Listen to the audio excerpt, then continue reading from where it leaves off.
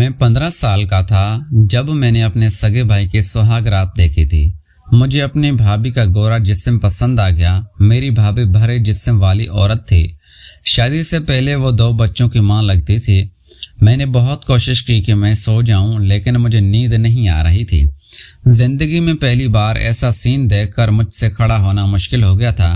بھابھی کافی تجربے کار عورت ثابت ہوئی تھی، کیونکہ بھابھی بھائی کو بار بار اپنے پیچھے۔ میں سمجھ گیا تھا کہ میری بھابھی کس جگہ کی شوقین ہے۔ دن اسی طرح ہی گزرے۔ روز رات کو میں بھابھی اور بھائی کا شو دیکھتا تھا۔ ایک رات میں نے بھائی کے کپڑے پہن کر اپنا شوہر سمجھ کر اس کی جگہ دعوت دی اور خود پوزیشن بنا کر انتظار کرنے لگا، لیکن آگے میرا منہ کھلا کا کھلا رہ گیا، کیونکہ بھابھی کا ہول تو کافی۔ میں دبئی میں کام کرتا تھا اور پورے 5 سال بعد میں دبئی سے واپس آیا تھا۔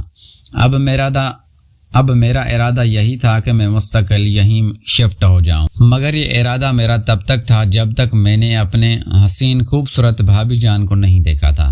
میں نے اپنا سامان اپنے کمرے میں رکھا اور بھائی کی بارات کے ساتھ ہال میں پہنچ گیا۔ جیسے ہی ہال کے اندر داخل ہوا تو سامنے اسٹیج پر بیٹھی بھابھی کو دیکھتے ہی رہ گیا۔ وہ بے انتہا خوبصورت لڑکی تھی۔ میں سامنے ایک ٹیبل پر بیٹھ گیا۔ مجھے اپنے بھائی کی قسمت پر رشک آنے لگا۔ حالانکہ میرا بھائی نین نقش میں بھی بس عام سا تھا، کوئی خوبی نہیں تھی اس میں۔ پتہ نہیں اتنی حسین لڑکی کو میرے بھائی میں نظر کیا آ گیا تھا جو وہ شادی کے لیے تیار ہو گئی۔ کچھ ہی دیر میں نکاح کی رسم ہوئی اور میرا بھائی اپنی بیوی کے برابر میں بیٹھ گیا، اور مجھے یہ شادی کی جوڑی لگ رہی تھی۔ کہاں وہ حسن کی دیوی اور کہاں میرا بھائی حور کے ساتھ لنگور۔ مجھے لگا شاید یہ ارینج میرج ہے، اسی لیے لڑکی کے والدین نے لڑکی کو میرے بھائی کی تصویر نہیں دکھائی ہوگی، ورنہ اتنی حسین لڑکی کیسے میرے بھائی کے لیے راضی ہو سکتی تھی۔ لیکن مجھے حیرت اس وقت ہوئی جب میرا بھائی اپنی بیوی کے پاس جا کر بیٹھ گیا اور اس کے چہرے پر مسکان سی آ کر ٹھہر گئی۔ میرا بھائی اس کے کان میں سرگوشیاں کر رہا تھا، جس پر وہ شرمائے شرمائے مسکرا رہی تھی۔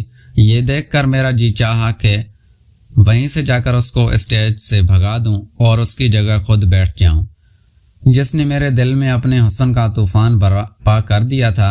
میں اٹھ کر اسٹیج پر آ گیا اور میں اپنے بھائی اور بھابھی کے بیچ میں کھڑا ہو گیا۔ مجھے دیکھ کر میرا بھائی مسکرا کر کہنے لگا، میرو یہ میرا چھوٹا بھائی ہے احمر، آج ہی یہ دبئی سے آیا ہے۔ میرو نے جب میری جانب دیکھا تو مجھے لگا میرا دل سینے میں تھم گیا۔ وہ مجھے دیکھ کر مسکرائی اور اس نے مجھے سلام کیا۔ کیا آواز تھی اس کی! میں نے اپنے بھائی سے کہا، ذرا پیچھے تو ہو، میں اپنی بھابھی کے ساتھ بیٹھتا ہوں۔ ہم دیور بھابھی کے بیچ میں دیوار بنانا چاہتے ہو؟ میں جانتا تھا کہ بھابھی دیور کا رشتہ مذاق کا ہوتا ہے، تو میں چاہتا تھا کہ اس مذاق میں اپنی خواہشات کو بھی۔ میرے بھائی ہنستے ہوئے پیچھے ہٹ گیا اور اپنی پہلی خواہش میں اپنے بھابھی کے ساتھ بیٹھ کر پوری کی تھی۔ میں بڑی بے تکلفی سے میرو کے ساتھ بیٹھ گیا اور اپنا ہاتھ پھیلا کر اس کے اپنے پہلو میں لے لیا۔ وہ ایک دم گھبرا گئی تھی۔ میں کب بھی اس کے چہرے پر چھائی بدحواسی دیکھ کر میں خطا رہ گیا تھا۔ میں نے سامنے کھڑے کیمرہ مین سے کہا کہ ارے منہ اٹھا کے کیوں کھڑے ہو، میری بھابھی کے ساتھ میری تصویر تو کھینچو۔ یہ کہہ کر میں نے میرو کے چہرے کی جانب دیکھا۔ میں نے کہا، بھابھی جان ذرا مسکرا تو دیں، ایسی تصویر اچھی تھوڑی آئے گی، آخر آپ کو دلہن تو ہیں۔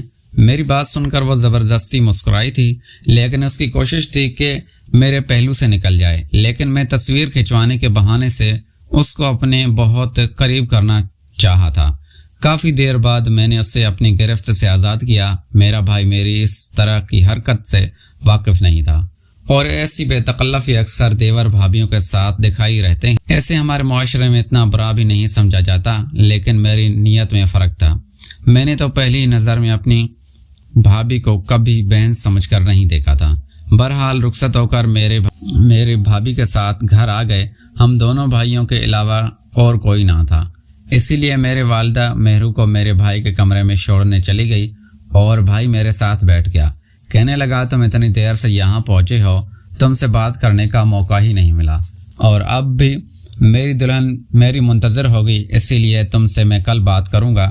یہ موقع ایسا نہ تھا کہ میں اپنے بھائی کو اپنے پاس روک سکتا تھا، ورنہ میرا دل تو چاہ رہا تھا کہ پوری رات اپنے بھائی کو اپنے پاس بٹھا کے رکھوں، اس کی دلہن کے پاس اس سے جانے ہی نہ دوں، بلکہ کچھ ایسا ہو جائے کہ اس کی دلہن پر میرا حق ہو جاتا۔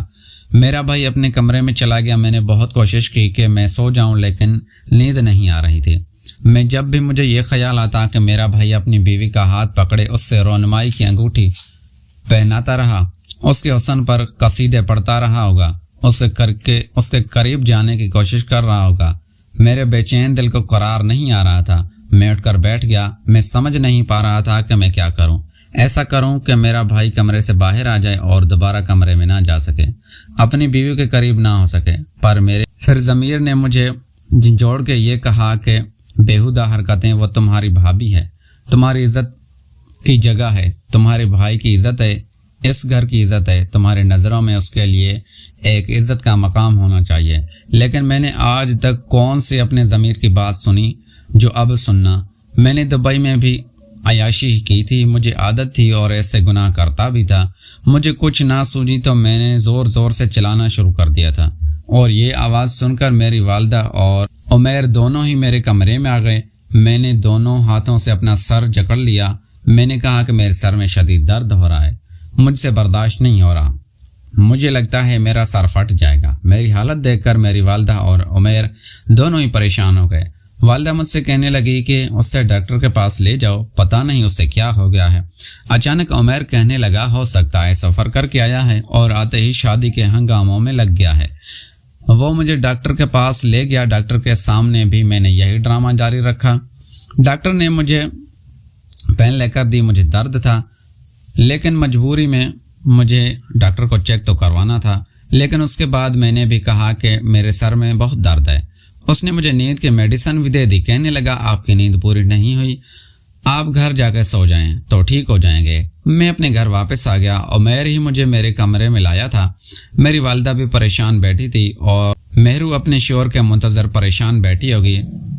ایسے سوچنے تو مجھے مسکرانے پر مجبور کیا تھا۔ میں یہی چاہتا تھا کہ وہ سجی سنوری اکیلی رات گزارے، اسی لیے جیسے ہی میں بیڈ پر لیٹا، عمیر مجھے آرام کرنے کی تلقین کر کے جانے لگا۔ پیارے دوستو، اگر آپ کو یہ ہماری کہانی پسند آئی ہے تو اس ویڈیو کو لائک کر کے چینل کو لازمی سبسکرائب کریں۔ ملتے ہیں اگلی ویڈیو میں۔ Thanks for watching.